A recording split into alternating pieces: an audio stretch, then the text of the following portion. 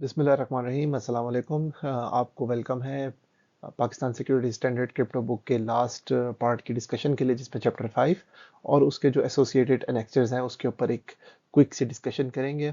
सो आज का जो एजेंडा है उसके हिसाब से चैप्टर 5 के बारे में बताएंगे, जो कि एक बहुत छोटा सा चैप्टर है जिसमें ज़्यादा डिटेल मौजूद नहीं है, लेकिन इसके सारे जो एनेक्चर्स हैं ए से लेकर एच तक, उसके अंदर काफ़ी क्रिटिकल इन्फॉर्मेशन मौजूद है जो कि आपको खुद से भी डिटेल में पढ़नी चाहिए, line by line, so that आपको बहुत सारी क्लैरिटी मिल जाए कि आपने किस चीज़ को किस तरीके से डील करना है।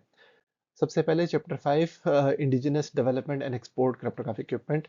इसमें बेसिकली एक कंडीशन लगाई जा रही है जो लोकल डेवलपर्स हैं उनके ऊपर, कि वो अपने प्रोडक्ट को एक्सपोर्ट नहीं कर सकते अगर वो प्रोडक्ट डेवलप कर रहे हैं किसी सेंसिटिव क्रिटिकल इंफ्रास्ट्रक्चर के लिए पाकिस्तान के, या उसके अंदर कोई ऐसा पार्ट है जो कि अभी डेवलपमेंट कर रहे हैं या ट्रायल्स कर रहे हैं किसी ऐसी सेंसिटिव जगह पर लगाने के लिए जहां पर वो क्रिटिकल इंफ्रास्ट्रक्चर के अंदर काम करेगी। तो इस तरह की प्रोडक्ट को के ऊपर रिस्ट्रिक्शन लगा दी गई है इस एनएस पीएसएस के अंदर, जिसमें आप वो प्रोडक्ट को एक्सपोर्ट नहीं कर सकते किसी भी कंट्री के अंदर।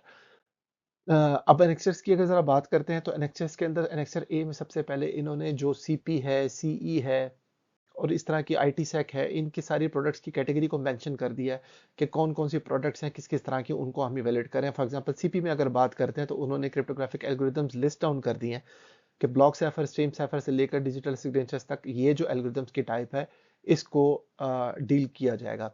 सिक्योरिटी प्रोटोकॉल्स की अगर बात की तो हैश एल्गोरिदम्स हैं, मैक है, डीएसए है, डिजिटल सिग्नेचर स्कीम्स है। अगर आपकी सिक्योरिटी मैकेनिज्म की बात की जाए तो वो हॉपिंग से रिलेटेड है। अगर कुछ लोगों को पता है हो कि हॉपिंग क्या चीज़ होती है, हॉपिंग बेसिकली ऐसे होता है कि आप अपनी डिफरेंट फ्रिक्वेंसी के ऊपर डिफरेंट चैनल्स को यूज़ करते हैं, समथिंग लाइक दैट, जिसमें आप स्विचिंग कर लेते हैं कि कॉन्स्टेंटली एक ही जगह पर नहीं करते, तो you hop between different channels कह लें या you hop between different frequencies कह लें। ये ज़रा हार्डवेयर की टर्मिनोलॉजी है, मुझे खुद भी इसके बारे में ज़्यादा नॉलेज नहीं है, बट ये इस कॉन्टेक्स्ट में ही काम करती है। एनेक्सर ए का ही दूसरा जो पार्ट है उसमें सीई इवैल्यूएशन है, जिसमें क्रिप्टोग्राफिक इक्विपमेंट या उसके साथ कोई सपोर्टिव इक्विपमेंट है उसके बारे में। तो इट्स अ ह्यूज डिटेल जिसके अंदर जो आपके इंक्रिप्शन की फैमिलीज हैं जो कि बहुत ज़्यादा शायद यूज़ भी होती हैं, जिसमें लेटेस्ट टाइप की अगर टेक्नोलॉजी बात करें तो आईपी इंक्रिप्शन बेस्ड है। वायरलेस है बेसिकली, जिसमें वायरलेस में बहुत सारे मोबाइल फ़ोन, सैटेलाइट डिवाइसेस और इस किस्म के प्रोडक्ट्स हैं। सपोर्टिंग डिवाइसेस में सबसे इंपॉर्टेंट जो चीज़ है वो की मैनेजमेंट सिस्टम्स हैं, जो कि किसी भी इंक्रिप्शन सिस्टम के साथ की मैनेजमेंट सिस्टम्स इन्वॉल्व होते हैं।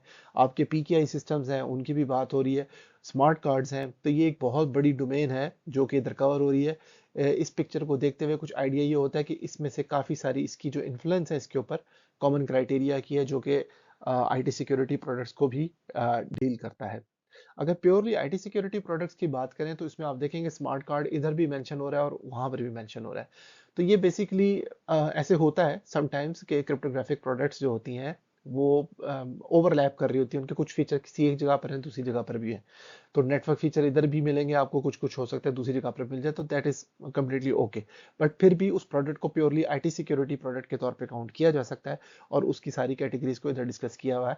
अलॉन्ग विद दैट यहाँ से हमें ग्लिम्स मिलता है कि आईटी सिक्योरिटी स्टैंडर्ड के अंदर किस तरह की बात हो रही होगी। जैसे कि आपने देखे कि इंफ्रास्ट्रक्चर सिक्योरिटी असेसमेंट की बात हो रही है, जिसके अंदर आईएसओ 27001 के की स्टैंडर्ड की बात हो रही है, कोविड की बात करें, निस्ट के साइबर सिक्योरिटी फ्रेमवर्क की बात हो रही है, और दूसरी जो बेस्ट प्रैक्टिसेस हैं उसकी बात हो रही है। तो ये सारी चीज़ें भी कंटेंट इसमें डिस्कस हो रहे हैं। इसका मतलब है कि आईटी सिक्योरिटी के अगर ऊपर फोकस किया जाएगा तो हमें कंसल्ट करना पड़ेगा इसके स्टैंडर्ड 2 से, जो कि आईटी सिक्योरिटी को स्पेसिफिकली डील कर रहा है। नेक्स्ट बी में अगर आप देखें तो आपको चेकलिस्ट मिलती है, ये 2-3 पेजेस के ऊपर चेकलिस्ट मौजूद है। इसकी छोटी सी एक स्क्रीनशॉट मैंने डाली हुई है यहाँ पर।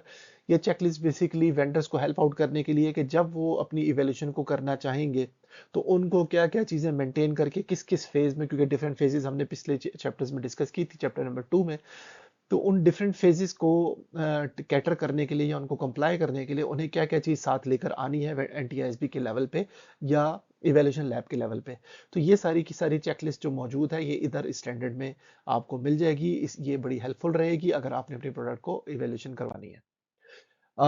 एनेक्सर सी की बात करते हैं तो वो एक नॉन डिस्क्लोजर एग्रीमेंट है। बेसिकली इसमें क्या हो रहा है कि आप अपना एक एग्रीमेंट साइन कर रहे हैं एनटीएसबी के साथ, जिसमें आप एक डील कर रहे हैं कि एनटीएसबी जो है ना वो उसके ऊपर अपना काम कर सके, उसकी इवैल्यूएशन के लिए आपके जो प्राइवेट डाटा को है वो उसको यूज कर सके, और नेचुरली वो उसको डिस्क्लोज ना करे, कोई डिजाइन को डिस्क्लोज ना करे। तो इस किस्म की ये एक टेम्पलेट दिया हुआ है। ये टेम्पलेट वेरी भी कर सकता है, अगर कोई कंपनी चाहती है उसके ऊपर अपनी कोई पॉइंट डिस्कस करनी, तो वो एनटीएसबी के साथ डिस्कस करके वो उसको डिजाइन भी कर सकती है। प्लस जो इसके साथ मोस्ट इंपॉर्टेंट बात है, जब आप अपनी प्रोडक्ट देंगे और एनटीएसबी आपको कुछ डॉक्यूमेंट्स देगा कि आपने इन डॉक्यूमेंट्स की बेस पे आपके प्रोडक्ट की वैल्यूएशन होनी है, तो वो डॉक्यूमेंट्स के ऊपर कंडीशन लगी हुई है कि आप उसको रिप्रोड्यूस नहीं कर सकते, आप उसकी डिजिटल कॉपी नहीं बना सकते, आप उसको ऐसे ही डिस्ट्रीब्यूट नहीं कर सकते। और आपको मेरा ख्याल है वो एक marked diagram, marked water marked documents मिलेंगे, जो कि सिर्फ आपके पास से होंगे। तो अगर आपके पास से वो डॉक्यूमेंट्स चोरी होते हैं तो वो डेफिनेटली ट्रेसेबल होंगे। जिस तरह से भी डिजिटल मार्किंग उन्होंने कंट्रोल की है, सिस्टम की डॉक्यूमेंटेशन कंट्रोल की है, तो वो चीज़ का आपको ख्याल करना पड़ेगा। तो ये टेम्पलेट एनडीए का जो है ये उन्होंने प्रोवाइड किया हुआ है सैंपल के तौर पर। एनेक्सर डी के अंदर अगर हम देखते हैं तो टेम्पल असर्शंस का इस टेम्पलेट को हम पहले भी एक दफ़ा डिस्कस कर चुके हैं, जिसमें असर्शंस दी हुई हैं जिनको देखते हुए अंदाज़ा होता है कि फिप्स 140 के पैटर्न के ऊपर ये असर्शंस हैं, और इनमें रिक्वायरमेंट्स दी हुई होती हैं, उनकी सिक्योरिटी लेवल होता है कि ये असर्शन किसके सिक्योरिटी लेवल के ऊपर एप्लीकेबल है। उसके अलावा इसके में वेंडर इन्फॉर्मेशन जो रिक्वायर्ड होती है वेंडर से, वो इन्फॉर्मेशन पूछी जाती है, और आप मेंशन कर देते हैं कि ये एप्लीकेबल है या नॉट एप्लीकेबल है। तो ये इसके स्टैंडर्ड्स के अंदर इस तरह की असर्शंस मौजूद होंगी। वो सिर्फ आपको तब नजर आएंगी जब आप एनटीआईएसबी से उन इसके रेलिवेंट एप्लीकेबल डॉक्यूमेंट्स की रिक्वेस्ट करेंगे। अगला जो पार्ट है एनेक्सर ई का, वो बहुत इंटरेस्टिंग है क्योंकि उसमें क्लियरली इन्होंने कुछ पेमेंट्स रखी हुई हैं। जितना मैंने पढ़ा है, तो जितने आप छोटा काम कर रहे हैं उसकी पेमेंट्स बहुत ही थोड़ी, बहुत ही मिनिमल पेमेंट है। और इवन फुल फ्लेज अगर आप इक्विपमेंट की वैल्यूएशन पे भी जाते हैं, जो कि बहुत डिटेल्स और तकरीबन 24 प्लस वीक्स के ऊपर जाती है इवैल्यूएशन, उसकी भी बड़ी मिनिमल सी पेमेंट है। और दुनिया में अगर आप इवैल्यूएशन प्रोडक्ट की करवाते हैं किसी भी रीजन के लिए, तो वो बड़ी कॉस्टली होती है। एक एक प्रोडक्ट की इवैल्यूएशन लाखों करोड़ों में चली जाती है। बट इस इवैल्यूएशन को देखते हुए, इतनी थॉरो डिटेल्ड इवैल्यूएशन को देखते हुए, this is very reasonable price. और अगर जब गवर्नमेंट ने उसको इम्पोज करना है तो ये पेमेंट कर देते हुए, करते हुए, मेरा नहीं ख्याल कि मैन्युफैक्चरर्स को कोई बहुत ज़्यादा प्रॉब्लम होगी। ये मिनिमल सी पेमेंट है कि बेसिक से खर्चे पूरे करने के लिए, बिकॉज मेरा ख्याल है गवर्नमेंट इसको चाहती है कि इस इवैल्यूएशन कल्चर को प्रमोट किया जाए, इसी वजह से पैसे मिनिमम रखे हैं। और आप इसका फायदा उठा लें, जितनी जल्दी आप प्रोडक्ट्स इवेलुएट करवाना चाहते हैं, that would be beneficial for your self. Annexure F की बात करें तो उसमें लेटर ऑफ इंटेंट का टेम्पलेट दिया हुआ है कि अगर एक डेवलपर इवेल्युएटर वेंडर जो है वो अपनी प्रोडक्ट को इवेल्युएट करवाना चाहता है, तो उसका एक इंटेंट का लेटर उसने लिखना है, उसका एक टेम्पलेट दिया हुआ है कि उसने किस तरह से अपनी इंटेंशन शो करनी है, और उसने अपनी प्रोडक्ट को इवेल्यूशन के लिए प्रेजेंट करना है। तो ये भी एक टेम्पलेट मौजूद है, इसको भी आप एक नज़र देख सकते हैं। सो ये आप देख सकते हैं इसमें जो सिक्योरिटी लेवल्स है एनेक्स जी में, उसकी बात की, ये बहुत इंपॉर्टेंट एनेक्स है, बिकॉज आपको पता होना चाहिए कि आपने अगर कोई सा भी क्रिप्टो सिस्टम यूज करें तो उसके अंदर इंक्रिप्शन एल्गोरिदम जो है वो एबीसी की कैटेगरी उसकी कैसे डिफाइन हो रही है, कि आपके की बिट के साइज के ऊपर उसकी सिक्योरिटी ग्रेडिंग डिफाइन हो रही है, और जैसे ही उसकी सिक्योरिटी ग्रेडिंग डिफाइन होगी, उसके ऊपर एप्लीकेबल असर्शंस का भी क्राइटेरिया डिफरेंट हो जाएगा। तो ये सारी डिटेल मौजूद है इसके अंदर। नॉट जस्ट दिस, इसके जो नेक्स्ट जैसे सीईसीपी है, जो कि हम आने वाली स्लाइड्स में देखते हैं, उनके भी लेवल्स क्लियरली डिफाइंड हैं।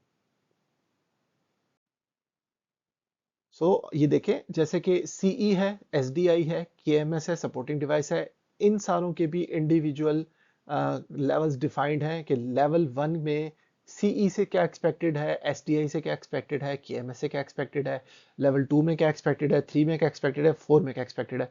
तो ये काफ़ी थॉरो डिटेल्ड मौजूद है इंफॉर्मेशन, जिससे ये डिसाइड किया जा सकता है कि प्रोडक्ट के ऊपर जो लेवल्स एप्लीकेबल हो रहे हैं या असर्शन जो एप्लीकेबल होनी है, उसमें किस किस्म की इंफॉर्मेशन को डिस्कस किया जाएगा या वेंडर से एक्सपेक्ट की जाएगी। तो ये चीज़ आपने इसको ज़रूर अंडरस्टैंड करनी है, अच्छे से समझनी है, और कोई प्रॉब्लम होती है तो naturally we can discuss it. इसके अलावा अगर एनएक्स एच की बात करें तो वो एक ऑफिशियल जो इसकी यूँ कह लें कि कानूनी पब्लिकेशन है, जिसको लीगलाइज किया गया है पाकिस्तान के लॉ के अंदर, उसकी एक स्क्रीनशॉट है जिसमें लिखा हुआ है क्लियरली कि ministry of science and technology ने इसको नोटिफाई कर दिया। तो ये नोटिफिकेशन कब का है? ये 14 जून 2023 का है। इसी डेट से लेकर अगले 5 साल तक इसने स्टैंडर्ड ने इम्प्लीमेंट होना है। सो ये उसकी इंपॉर्टेंस बताने के लिए है, इस डॉक्यूमेंट की वैलिडिटी बताने के लिए है कि ये क्यों इतना ज़्यादा इंपॉर्टेंट है और इसको क्यों साइबर सिक्योरिटी की दुनिया में विद इन पाकिस्तान इसको कंसिडर करना चाहिए। यहाँ पर हमारी जितनी भी डिस्कशन है related to PSS crypto document वो कंप्लीट होती है। पूरी कोशिश करेंगे कि आईटी सिक्योरिटी से रिलेटेड डिस्कशन भी स्टार्ट कर दें। In parallel to that cyber security के जो दूसरे टॉपिक्स हैं उसकी सिंपल बेसिक सी इंफॉर्मेशन शेयर भी करता रहूंगा साथ साथ। तो आप काइंडली उसको भी देखिएगा। और कोई भी चीज़ आपको चाहिए डिस्कशन के लिए, if you wanted to understand या मुझसे रिलेटेड कोई क्वेश्चन है तो kindly drop me a text message. आपके मैसेज का कमेंट का वेट रहेगा। Thank you very much for watching. Take care. अल्लाह हाफिज़।